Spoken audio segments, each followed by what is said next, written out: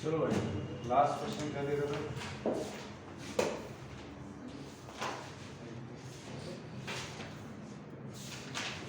हाँ, उससे पहले एक बार जो प्रॉपर्टी देखी है उसको रिवाइज करेंगे।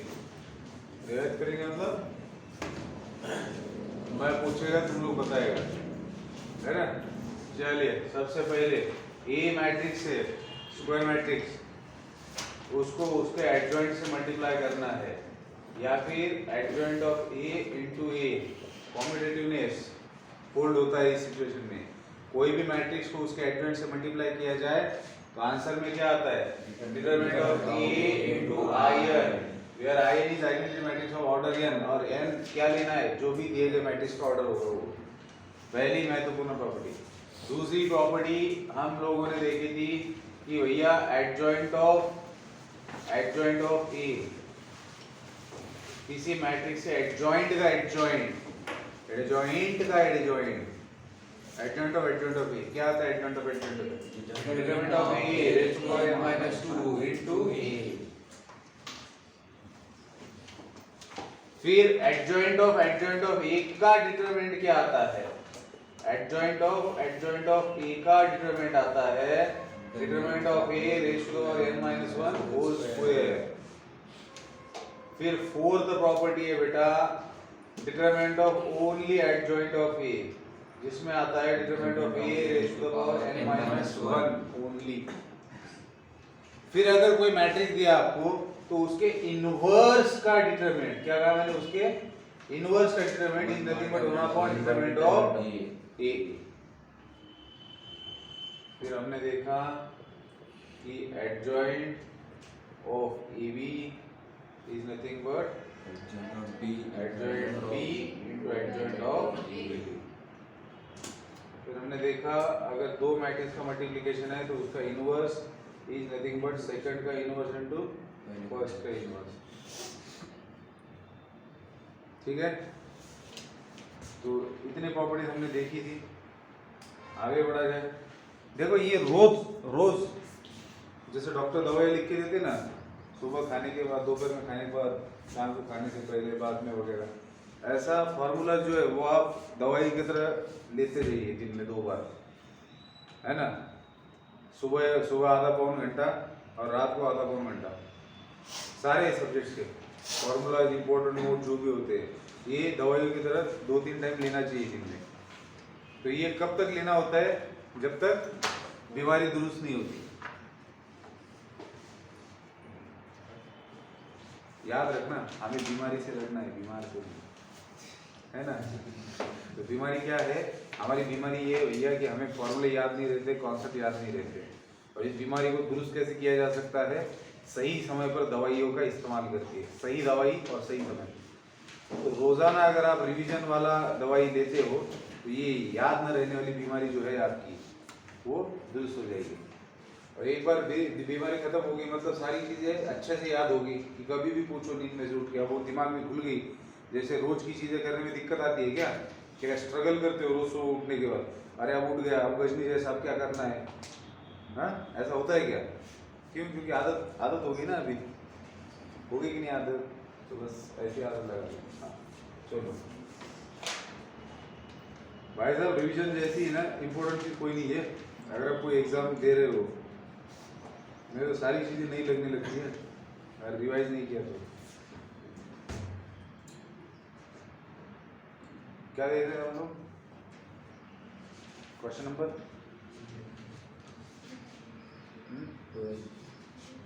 क्रिटिकल चल रहा था ना, 11th हुआ था। हाँ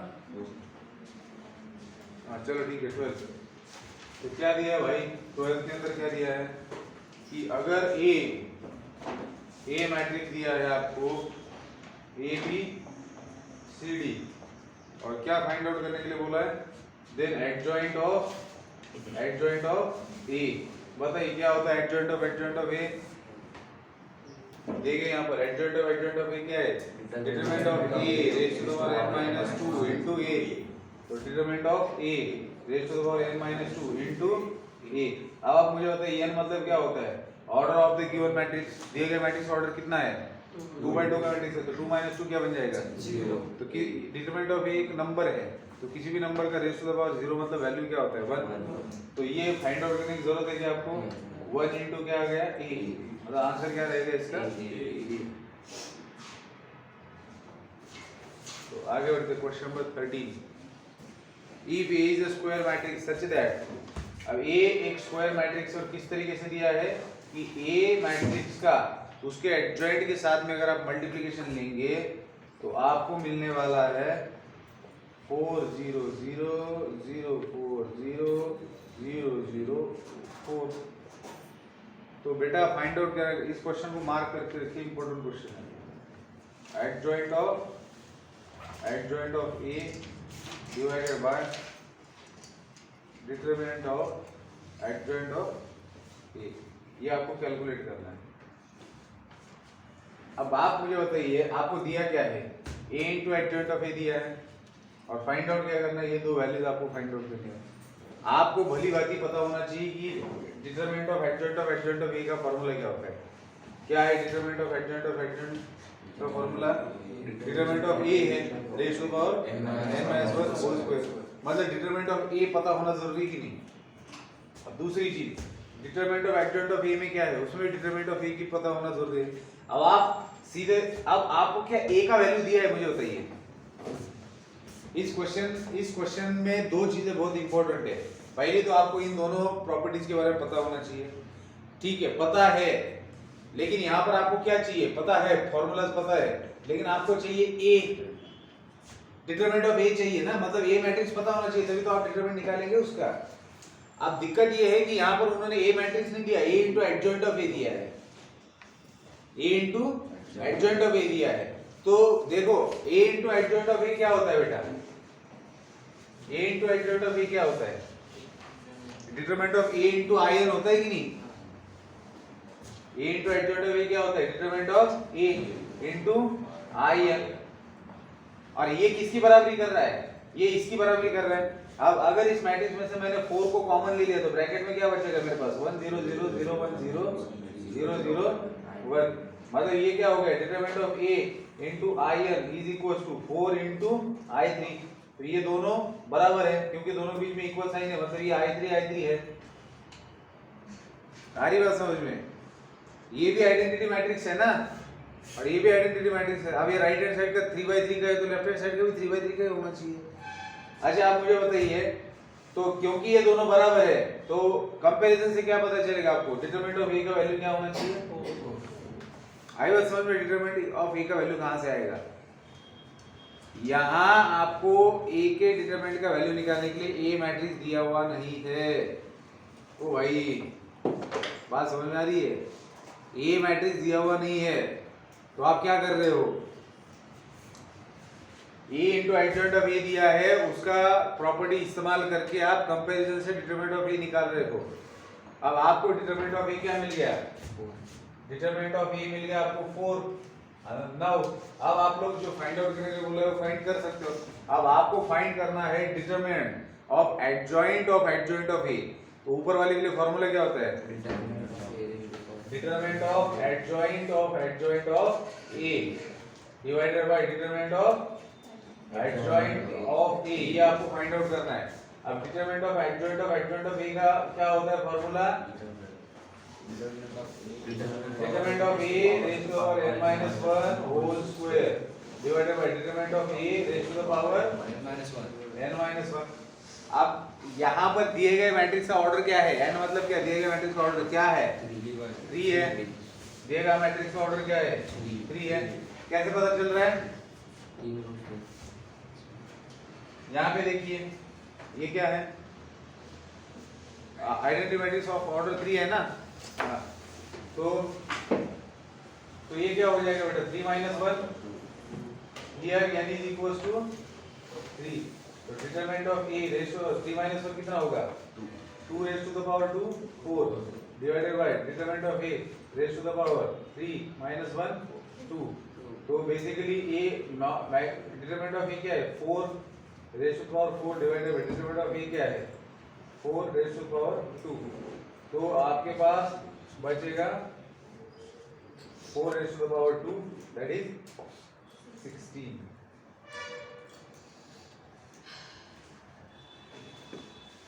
ठीक है, हाँ ठीक है, लिख लो इतना। क्या करना है, लिखना है ना? नहीं, सॉल्व किया इसको, लिख लो जिनको लिखना है। जिनको नहीं लिखना वो लोग आगे से सॉल्व करेंगे, आगे बैठने कोई मतलब नहीं है।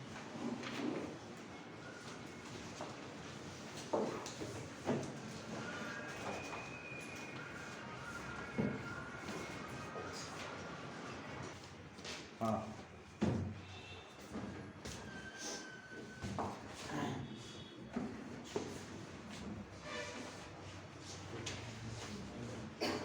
चलिए, क्वेश्चन नंबर 14 क्या दिया है बेटा कि matrix is not invertible if A has the value. अब क्वेश्चन को समझिए कि एक मैट्रिक्स दिया आपको, क्या बोला गया है, क्वेश्चन नंबर 14। अब ये एक ऐसे तरीके का क्वेश्चन है कि जो बहुत बार पूछा जाता है। रीजन मैं आपको बताता हूँ। 1A2 125 2 1 1। अब इस क्वेश्चन में पूछा क्या है, और इसके ऊपर ऐसे एक दो तरीके के क्वेश्चन पूछे जाते हैं इस कॉन्सेप्ट के ऊपर। आपको पता है कि जैसे मान लो आपके पास कोई एक मैट्रिक्स है, let we have matrix A, square matrix, और अगर मैं आपसे पूछता हूं कि बेटा इस मैट्रिक्स का इनवर्स, ए इनवर्स कब एग्जिस्ट करेगा, कब एग्जिस्ट करेगा, तो क्या समझ में, क्या बोलते हैं हम लोग कि भैया जब इसका डिटरमिनेंट 0 नहीं होगा तभी दिए गए मैट्रिक्स का इनवर्स एग्जिस्ट करेगा ना। तो पहली बात हम लोग बोलते हैं कि किसी भी स्क्वायर मैट्रिक्स का इनवर्स सिर्फ और सिर्फ तब एग्जिस्ट करता है जब उसका डिटरमिनेंट 0 नहीं होता। इसी का दूसरे तरीके से, दूसरे शब्दों में कैसे कहा जाता है, when matrix is non singular then only it's a inverse exist. और अगर कोई मैट्रिक्स का इनवर्स एग्जिस्ट करता है, मतलब ये कंडीशन सेटिस्फाई होती है, तो उसको कहा जाता है मैट्रिक्स इज इनवर्टिबल।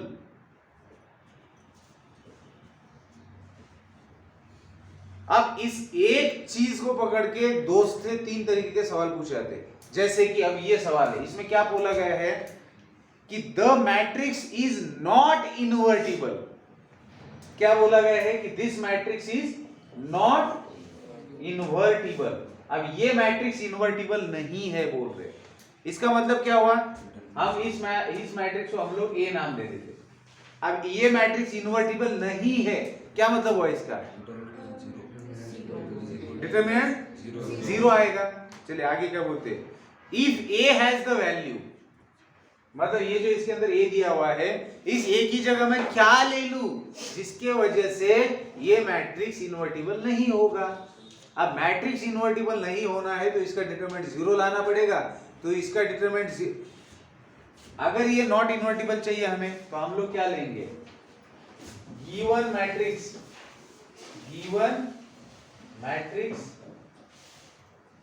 is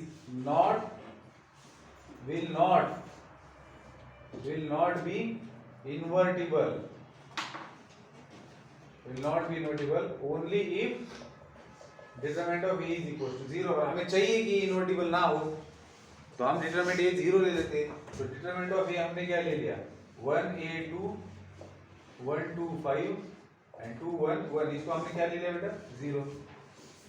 अब इसको 0 के साथ इक्वेट करने के बाद डिटरमिनेंट सॉल्व करके ए का जो भी वैल्यू आएगा, हम बोल सकते हैं कि उस ए की वैल्यू के लिए हमारा डिटरमिनेंट 0 होगा, तो मैट्रिक्स इनवर्टिबल नहीं होगा। उन्होंने वही पूछा है ना कि ए की जगह क्या रखूं जिससे ये मैट्रिक्स इनवर्टिबल ना हो। तो ए की जगह ऐसा नंबर लिखना है कि जिससे डिटरमिनेंट का वैल्यू क्या है, 0, तभी तो मैट्रिक्स नॉन इनवर्टिबल होगा ना। तो ए की जगह कैसे, कौन सा नंबर लिखेंगे, कैसे पता चलेगा कि हर एक नंबर को पकड़ के चेक थोड़ी ना करेंगे डिटरमिनेंट निकाल के। तो सीधा इसको 0 के साथ इक्वेट करते हैं, इसको सीधा 0 के साथ इक्वेट किया, इसका मतलब क्या हुआ कि डिटरमिनेंट का वैल्यू 0 आ रहा है। अब क्योंकि इसको 0 के साथ इक्वेट किया और इसको सॉल्व कर रहे हैं, तो ए का ऐसा वैल्यू मिलेगा कि जिसकी वजह से ये 0 आ रहा है। तो इसको मैं सॉल्व कर रहा हूं, 1 इन ब्रैकेट 2 माइनस 5 कितना आता है -3, इसका साइन चेंज किया -a, फिर लिया 1 -10 9, फिर ये +2 ब्रैकेट के अंदर 1 -4 -3, दिस इज इक्वल टू 0, तो -3 + 9a -6 इज इक्वल 0, ये कितना हुआ बेटा -9, उधर जाएगा तो +9, तो a इज इक्वल टू 1। तो a का वैल्यू अगर 1 रखते हो तो इस मैट्रिक्स का डिटरमिनेंट का वैल्यू आएगा 0, और हम कहेंगे कि ये नॉट इन्वर्टिबल है, या फिर दिए गए हिसाब से अगर ये नॉट इन्वर्टिबल है तो हमने लिया कि भैया इसका डिटरमिनेंट 0 होना चाहिए, और जैसे हमने इसका डिटरमिनेंट 0 किया तो हमें पता चला कि ए की कौन सी वैल्यू के लिए नॉट इन्वर्टिबल है। कर देगा, ठीक है। आगे बढ़ो, क्वेश्चन नंबर 15 देखो क्या कहता है। देखो एक मैट्रिक्स दिया आपको 15 के अंदर, क्या है मैट्रिक्स, लैम्ब्डा -1 4 -3 0 1 -1 1 2। अब क्या कह रहे हैं, आपको ये मैट्रिक्स दिया है और क्या बोल रहे हो बेटा, तो भाई क्या बोल रहे हैं कि this matrix is invertible, this is invertible if, ये इनवर्टिबल होगा अगर lambda is not equal to which value, मुझे आप बताइए ये इन्वर्टिबल कब होगा, इसको मान लेते हैं व्हेन इट्स ये invertible not equal determinant not equal, ये इन्वर्टिबल कब होगा, when determinant of this matrix is not equal to 0, that is determinant of A not equal to 0 होगा, तभी ये इन्वर्टिबल होगा। तो उन्होंने पूछा कि ये मैट्रिक्स इन्वर्टिबल, लैम्ब्डा की कौन सी वैल्यू नहीं होनी चाहिए जिसकी वजह से ये, अब नहीं होनी चाहिए मतलब इसका डिटरमिनेंट नॉट इक्वल टू 0 है ना, तो लैम्ब्डा की वैल्यू नॉट इक्वल टू ही मिलेगी। तो इसका डिटरमिनेंट अगर निकालते हो तो क्या मिल रहा है आपको, 0 - 1 दैट इज -1 माइनस ये प्लस -6 + 1 दैट इज -5 + 4 -3। अब this is not equal to 0 है, अब ये 0 के बराबर है क्या, नहीं, तो क्या होगा minus lambda -5 plus -12, this is not equal to 0, तो क्या मिल रहा है बेटा आपको, पूरे इक्वेशन को लैम्ब्डा माइनस से मल्टीप्लाई किया तो क्या मिलेगा, lambda plus 17 is not equal to 0 and that is lambda is not equal to -7। अब ये जो दो तरीके, ये एक ही तरीके के क्वेश्चन है दोनों भी, और ऐसे क्वेश्चन पूछे जा सकते हैं जो कि बहुत आसान क्वेश्चन होते हैं। इसमें क्या होता है, सिर्फ डिटरमिनेंट ही तो सॉल्व करना होता है, करते हैं क्या,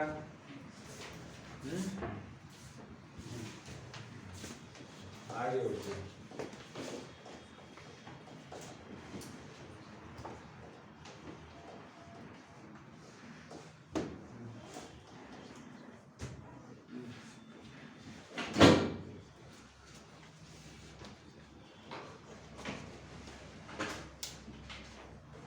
हाँ, ये 16 वाला क्वेश्चन आप लोग कर पाएंगे।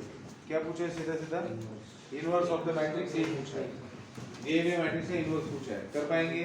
3/3 का मैट्रिक्स का पहले डिटरमिनेंट निकालिए और फिर एडजॉइंट निकालिए। एडजॉइंट कैसे निकालना है, एलिमेंट्स के माइनस निकालने हैं, फिर माइनस लिखने हैं उसके पोजीशन पर, फिर डायमंड के जो वर्टेक्स बन रहे हैं उनको साइन चेंज करना है और फिर ट्रांसपोज देना है, और फिर जो डिटरमिनेंट आया है उससे हो सकता है कि अंदर डिवाइड करना पड़े, आ जाएगा।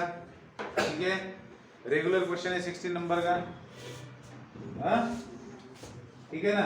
हाँ आगे बढ़ते 17 बेटा, 17 नंबर का क्वेश्चन जो है उसके अंदर प्रॉपर्टी यूज होगी जो हमने लिखवा के ली थी। देखिए अब यहाँ पर इतना आसान क्वेश्चन और इतना कम टाइम लगने वाला क्वेश्चन है, लेकिन अगर प्रॉपर्टी पता नहीं है तो आदमी तीसरे तरीके से करेगा और बहुत लंबा जाएगा।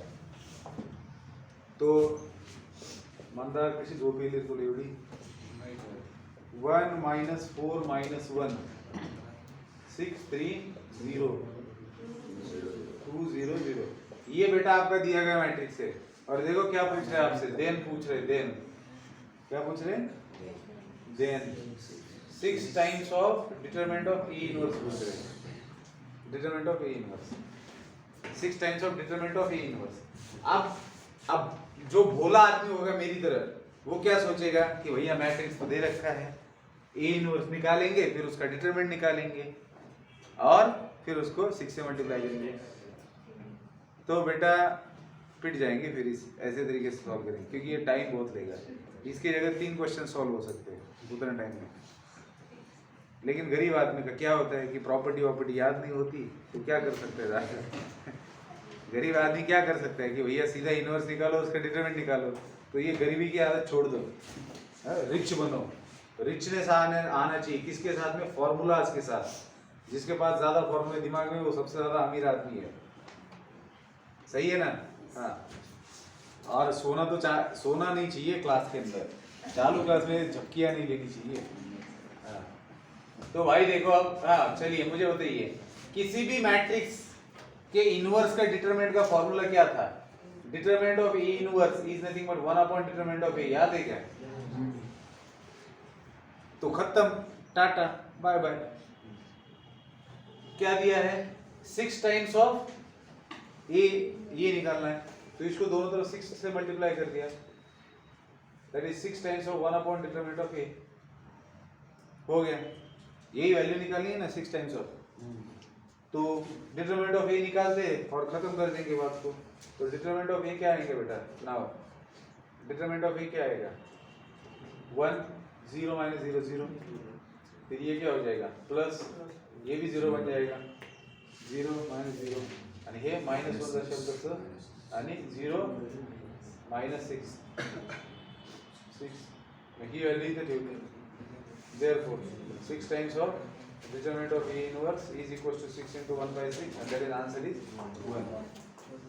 मात्र इथं प्रॉपर्टी माहिती नसती तर A इनवर्स काढायला किती वेळ लागला असता, आणि त्याच्यात काहीतरी चूक केली की झालं गोळ। लक्ष देते का?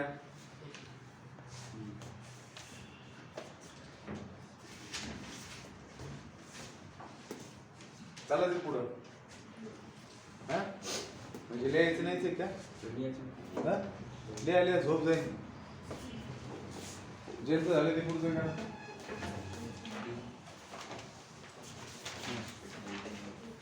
काय करायचं माहिती का?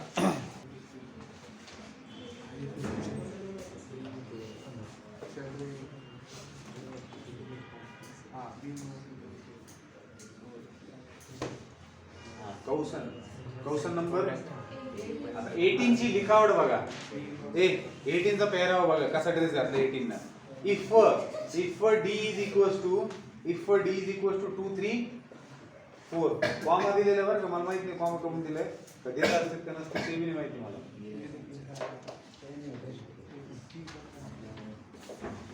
इनका क्या कहना है कि भाई ये जो है, ये जब ऐसा लिखा जाता है ना,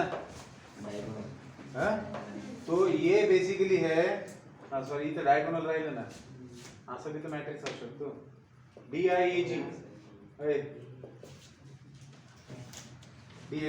इसका क्या मतलब होता है पता है?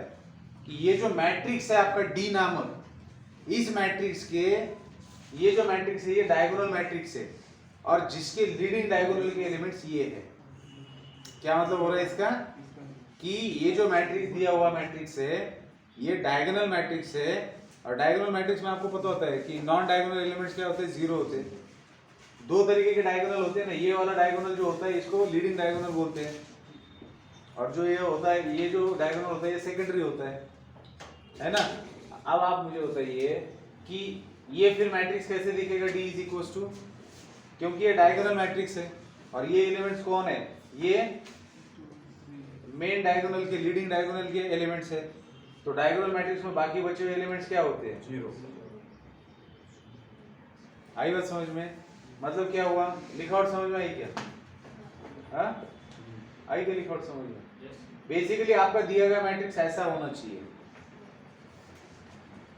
ये कळतंय का रे?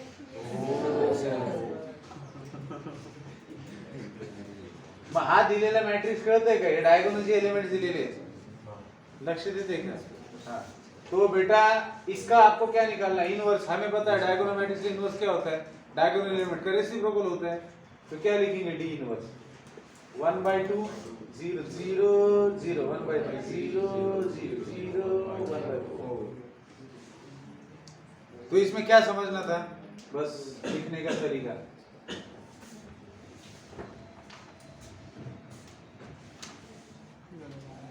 ठीक है,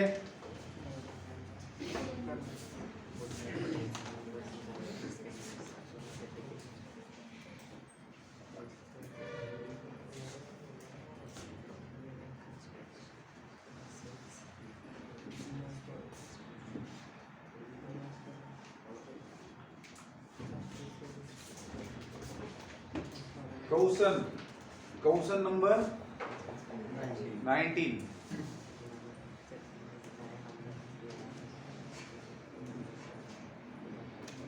पी दिलेले, क्यू दिलेले। पी काय दिले?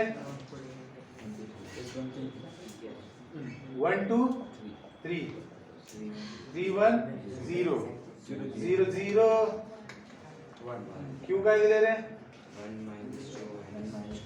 1 minus 2 हाँ हाँ 0 0 minus 5 बरोबर आहे। काय फाइंड आउट करायला सांगितलं रे? पी क्यू चा इनवर्स। आधी इथे काही डोकं नाही लावू शकत तुम्ही, इथे तुम्ही काही डोकं नाही लावू शकत, म्हणजे लावू शकतो पण शॉर्टकट वाला डोकं नहीं लावू सकते। म्हणजे यहाँ पर अगर आपको पी क्यू का इनवर्स निकालना है तो पहले पी क्यू फाइंड ही करना पड़ेगा, उसके अलावा कोई ऑप्शन है क्या? हमें पता है प्रॉपर्टी की P Q inverse is nothing but what, Q inverse into P inverse. लेकिन ये और भी ज्यादा लेंदी होगा। वो कहते हैं ना, आसमान से टपके और खजूर में अटके। एकूण एकच झालं ना, मराठीत म्हणे आगीतून फुफाट्यात, पहिले आगीत होते नंतर फुफाट्यात गेले, एकूण एकच झालं। मग त्याच्यापेक्षा काय लागतं, आगीत आहे तर आगीशीच निस्तरत ना। मग पी क्यू इनवर्स निकालना है तो पहले पी क्यू फाइंड आउट करते हैं, मल्टीप्लीकेशन, और फिर देखते हैं इनवर्स क्या आएगा। अब जिस तरीके की हरकतें यहाँ ऑप्शन में कर रखी है उन्होंने, क्या हरकतें ऑप्शन में कि भैया ऐसा दिख रहा है कि इनवर्स निकालना आसान होने वाला है। क्यों? क्योंकि इनका मल्टीप्लीकेशन शायद हो सकता है डायगोनल मैट्रिक्स आए। ऑप्शन की हरकतों से बोल रहा हूँ। तो यहाँ बस स्किल क्या देख रहे हैं वो लोग आपसे, कि आपको मल्टीप्लीकेशन आता है कि नहीं। और एक बार मल्टीप्लीकेशन आया तो अगर डायगोनल मैट्रिक्स होता है तो उसका इनवर्स ऐसे लिखा जाता है। डायगोनल मैट्रिक्स के जो डायगोनल के अंदर जो एलिमेंट्स है उनका रेसिप्रोकल लिया जाता है। हाँ, तो पी क्यू क्या होगा बेटा? तो सबसे पहले क्या निकालेंगे? P Q. हाँ, चलो सांगा।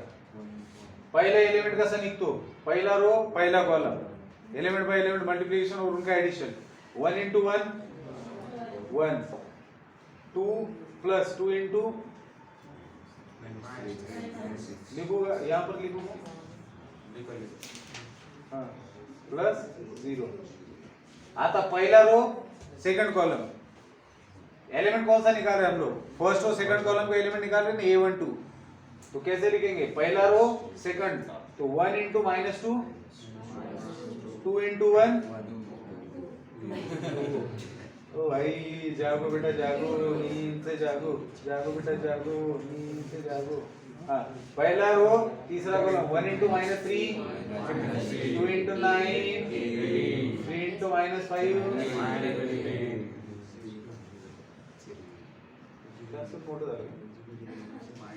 हाँ, चला A21 लिखना है, A21 लिखना है। तो second row first column 3 into 1 3 1 into -3 0 into 0।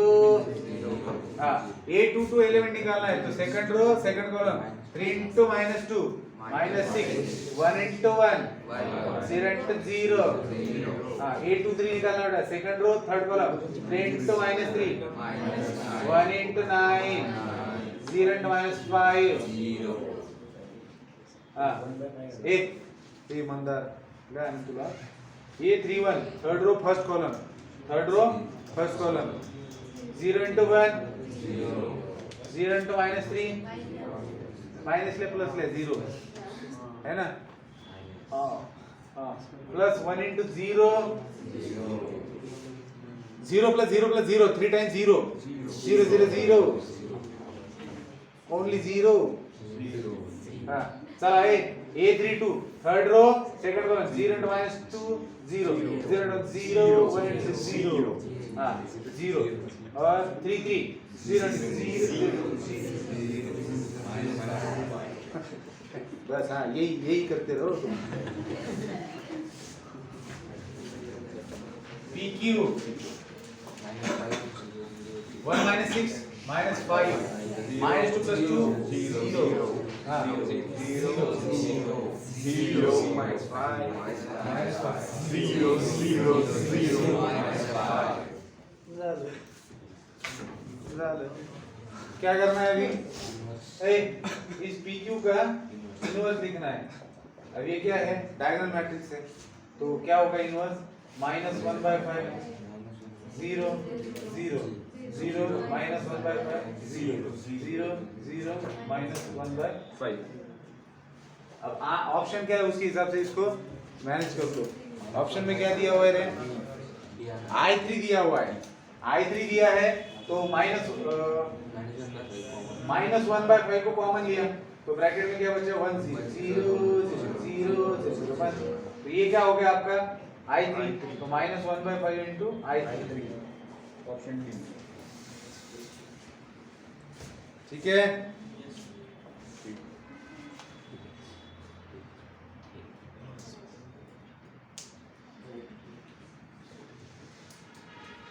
Question number 21 ला मार्क करारे महत्वाचा प्रश्न आहे, ट्रिक महत्वाची त्याची, नाही तर वेळ घालताना सोडून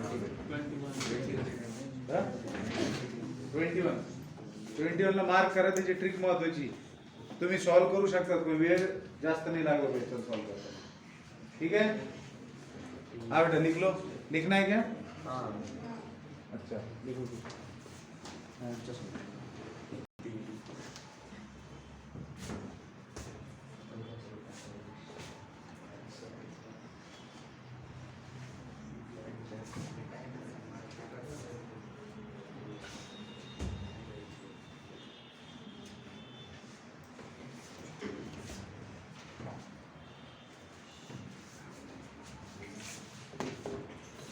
हाँ भैया, क्वेश्चन नंबर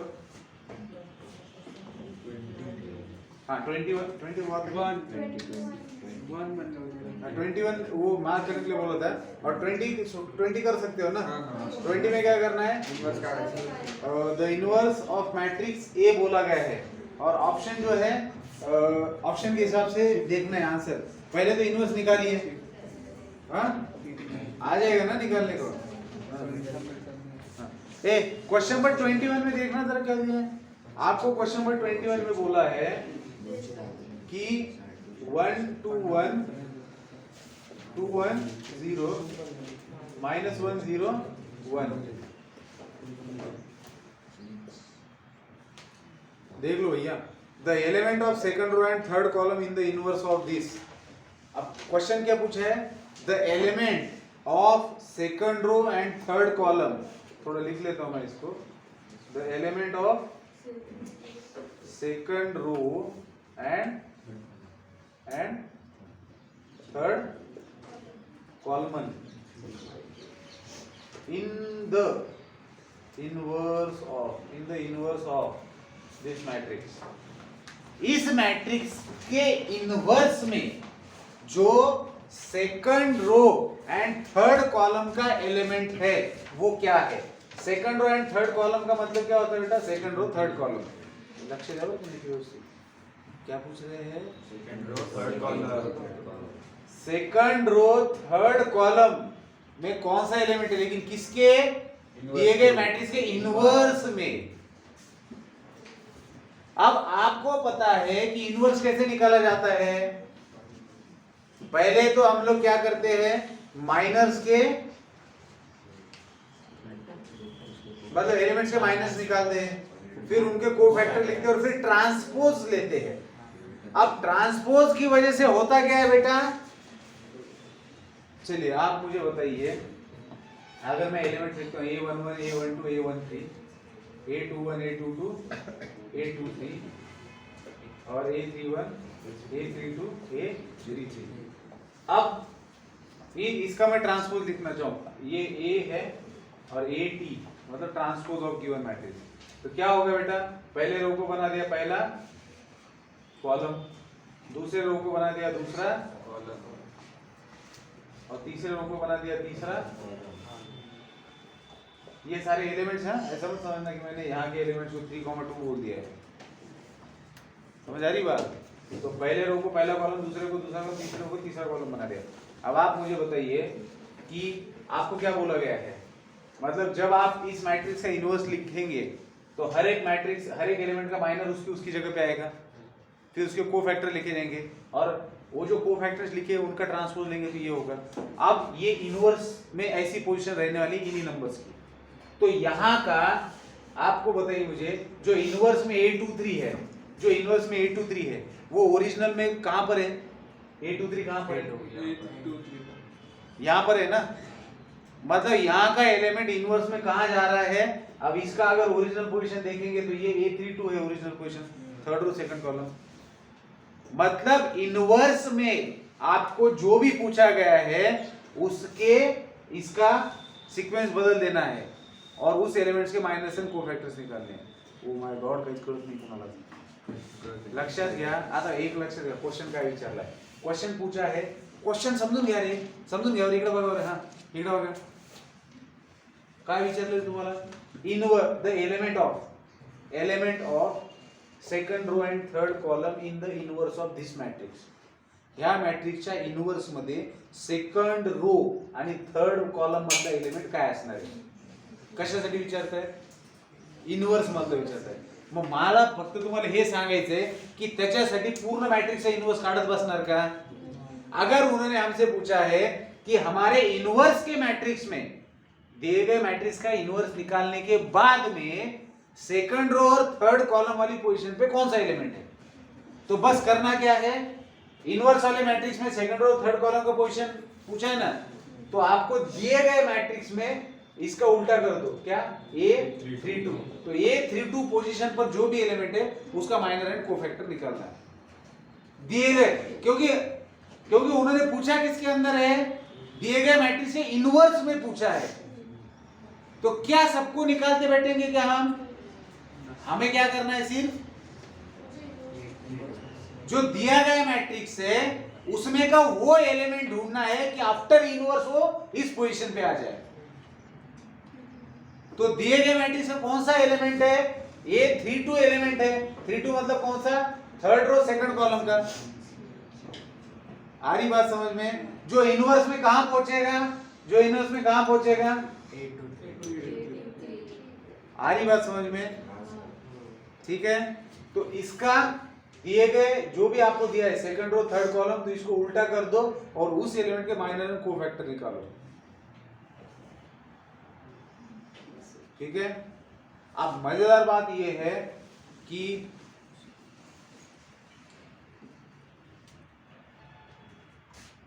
चलो इसके अंदर आपने क्या निकालना है, आपको A32 निकालना है। A32 मतलब क्या, इस वाले एलिमेंट का माइनर एंड कोफैक्टर।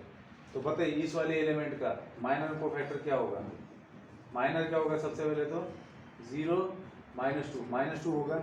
अब क्योंकि डायमंड की पोजीशन पर आ रहा है तो क्या बन जाएगा, 2। अब इसका, अब आप देखिए ना, पहला रो बनेगा पहला कॉलम, दूसरा रो बनेगा दूसरा कॉलम और तीसरा रो बनेगा तीसरा कॉलम। तो यहाँ का अपने आप यहाँ पे आ जाएगा जो आपको चाहिए था। तो इनवर्स के अंदर, इनवर्स इसका मैट्रिक्स का इनवर्स लेने के बाद में A23 की जगह पे कौन सा एलिमेंट रहेगा, 2। अब ये देखना है कि क्या इसका डिटरमिनेंट कुछ और आता है, मतलब उससे डिवाइड तो नहीं किया अंदर। आ रही बात समझ में? अरे भाई मुझे बताओ, A inverse equals to 1 upon determinant of A into adjoint of A आता है कि नहीं? अब ये जो एलिमेंट आपने निकाला इस पोजीशन के ऊपर का, वो सिर्फ एडजॉइंट ऑफ A में दिख रहा है। तो आंसर में हो सकता है कि डिटरमिनेंट से डिवाइड किया हो या फिर ना भी किया हो। तो डिटरमिनेंट ऑफ A क्या आता है, डिटरमिनेंट ऑफ A क्या आता है, 1 into 1 minus 2 plus 1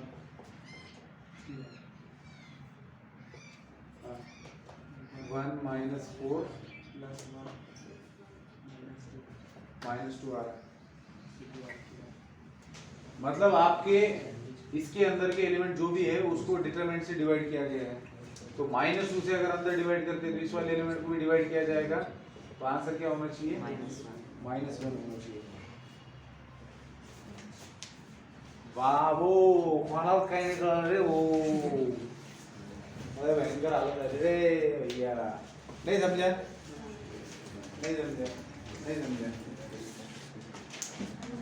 चलो एक और बार कोशिश करते हैं हाँ एक और बार कोशिश करते हैं सबसे पहले मुझे बताइए आपको क्वेश्चन समझ में आ रहे हैं क्वेश्चन में क्या पूछ रहे हैं क्वेश्चन में क्या पूछ रहे हैं कि भाई साहब आपको एक मैट्रिक्स दिया है जब आप इस मैट्रिक्स का इन्वर्स निकालेंगे इन्वर्स निकालने के बाद में इन्वर्स निकालने के बाद में जो मैट्रिक्स मिल रहा है उस मैट्रिक्स का second row and third column का एलिमेंट पोजीशन का एलिमेंट बताइए सही है बात इन्वर्स निकालने के बाद अब इन्वर्स निकालने की प्रोसेस क्या है कि आपको इसका एडजॉइंट निकालना होगा एडजॉइंट निकालने के लिए हम लोग क्या करते हैं प्रत्येक एलिमेंट का माइनर निकालते हैं कोफैक्टर निकालते हैं अब मैं आपसे ये कह रहा हूँ कि इस मैट्रिक्स के इन्वर्स वाले मैट्रिक्स में इस पोजीशन पे कौन सा नंबर आ रहा है ये हमें बताना है तो हम क्या कर रहे हैं कि इस पूरे मैट्रिक्स का इन्वर्स निकालने की जरूरत नहीं है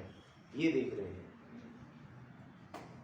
तो फिर अगर पूरे की जरूरत नहीं है तो एग्जैक्ट इस पोजीशन पे आने वाला नंबर ओरिजिनल मैट्रिक्स में कहां पे होगा तो ये पोजीशन क्या है 823 है तो इसके उल्टा जो सफिक्स में एड्रेस दिया है उसको उल्टा कर दीजिए तो जो भी आपको मिल रहा है उस पोजीशन का एलिमेंट इनवर्स में इस पोजीशन पे जाने वाला है ये मैं बताने की कोशिश कर रहा हूं आपको इनवर्स वाले मैट्रिक्स में इस पोजीशन पे कौन सा एलिमेंट आना है ये ढूंढ रहे हो तो दिए गए मैट्रिक्स का A32 पोजीशन का एलिमेंट इनवर्स में इस पोजीशन पे जाने वाला है कळतंय का मला एक छोटा अटॅक येऊन गेला आता हे सांगताना अरे कळतंय की नाही तुम्हाला वो भी इस साइड में आया था जब हार्ट इधर होता है ना लंग्स में आया था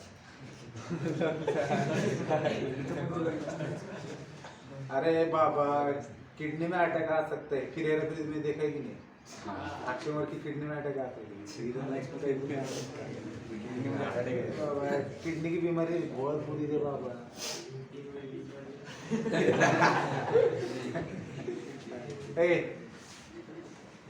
ते कळलं का तुम्हाला थोड़ी मेहनत आपकी तरफ से भी ले लो बेटा क्या और एक बार अरे सोचो थोड़ा सा सोचो अभी मजा आएगा ना वीडियो सोचो थोड़ा सोचो मला एवढं काय अवघड नाही वाटत होतं तुम्हाला कोण समजत नाही काय माहिती वाटत समजलं नाही अहो म्हणजे काय ना भैया एक अटॅक येऊन चालला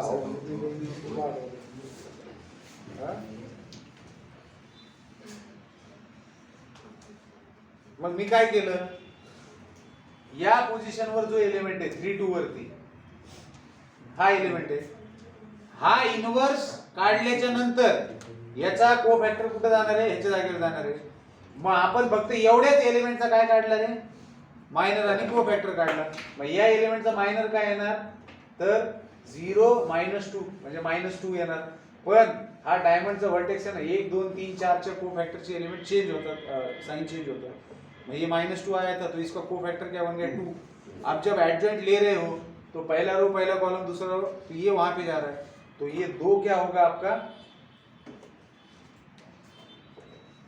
2 क्या था आपका कोफैक्टर एडजॉइंट के अंदर का था लेकिन ए इनवर्स में फॉर्मूले में क्या होता है डिटरमिनेंट ऑफ ए से डिवाइड किया जाता है तो डिटरमिनेंट ऑफ ए -2 हुआ जिसको अंदर ले जाके डिवाइड किया उन्होंने मैट्रिक्स के अंदर और तब आपको क्या मिला उस पोजीशन पे -1 मिला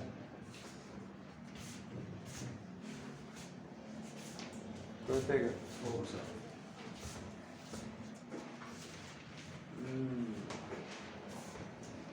चला 22 चला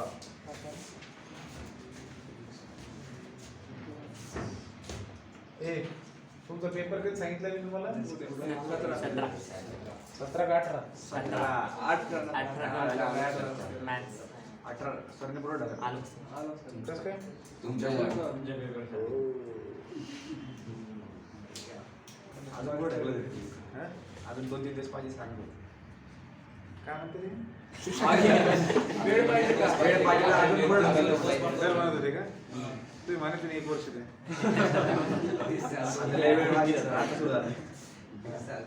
चला question number 22 matrix A satisfying matrix A क्या सैटिस्फाई कर रहा है 1 5 0 1 this is equals to 3 minus 1 6 0 हां तुम्हाला ए मॅट्रिक्स फाइंड आउट करायचा आहे जो ए साठी आहे कोण सांगेल बरं त्याला उद्याच्याला एक इक्लेअरचं चॉकलेट देते 1 रुपयावाला कौन उत्तर जानते कि इसमें क्या करना है क्या पूछ रहा है आपको the matrix A satisfying this is आणि 4 ऑप्शन दिए 4 ऑप्शन मतलब कोणता मॅट्रिक्स इथं ठेवला म्हणजे हे इक्वेशन सैटिस्फाई होईल इसको कैसे सॉल्व करेंगे इसका इन्वर्स निकालने का इधर डालने का इन दोनों को मल्टीप्लाई करना तो भाई ऐसे नहीं बताने का रे समझ में आया ऐसे बताने का मैं ऐसा बताता क्या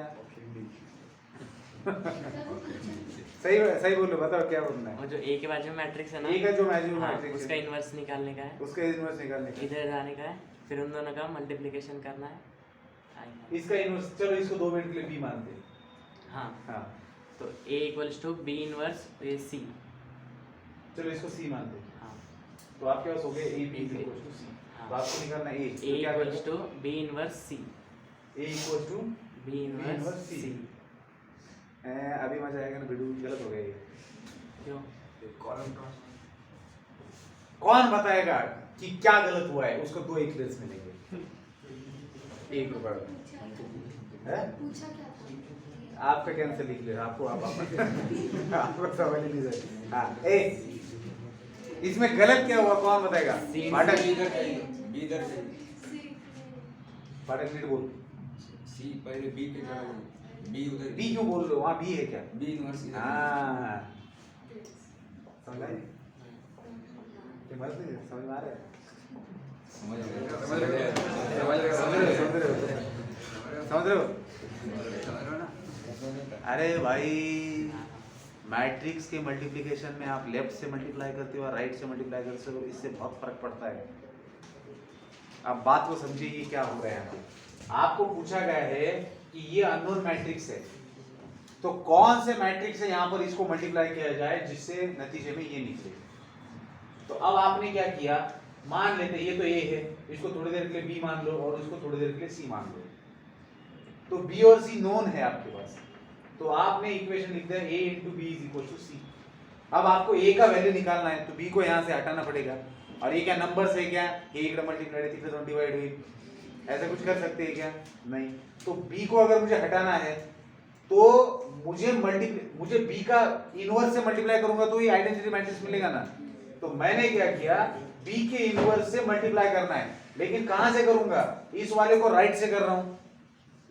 लेफ्ट हैंड साइड को b से मल्टीप्लाई करना तो राइट से करना पड़ेगा that is ab into b inverse ऐसा करना पड़ेगा ना अब लेफ्ट वाले मैट्रिक्स को राइट से मल्टीप्लाई किया है तो इधर भी क्या करूंगा मैं b इनवर्स से करूंगा अब ये क्या होगा a इनटू b इनवर्स क्या होता है बेटा identity matrix and c into b inverse तो actually a is equal to क्या मिलेगा आपको c इनटू b इनवर्स तो आंसर क्या होगा इसका कि अगर आपको a का वैल्यू निकालना है तो राइट हैंड साइड में जो मैट्रिक्स है उसको मल्टीप्लाई करना है इस वाले मैट्रिक्स के इनवर्स से अब आप मुझे बताइए b का इनवर्स क्या है यहाँ b इनवर्स क्या आएगा 1 अपॉन डिटरमिनेंट ऑफ b क्या आ रहा है डिटरमिनेंट 1 ही आ रहा है मतलब सीधा सीधा एडजॉइंट ही हो गया ना इसका इनवर्स तो एडजॉइंट क्या होगा -5 0 तो अब अगर आप अगर a निकालना चाहते हो तो c क्या दिया हुआ है बेटा 3 - 1 6 0 एंड b इनवर्स क्या दिया है 1 - 5 0 1 अब क्या आएगा इसका multiplication 3 into 1 3 first row first column minus plus 0 जो भी लिखना लिखो first row second column -15 -1 6 into 1 6 plus 0 6 into 5 -30 plus 0 तो क्या है आपका ये 3 - 16 6 - 30 तो ये आंसर है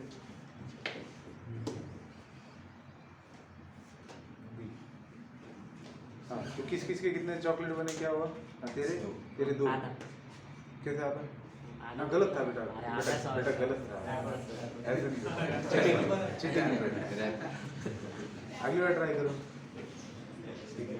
गलत मतलब ये बहुत बड़ी गलती थी ना b इनवर्स से राइट से मल्टीप्लाई करना हाँ कहते क्या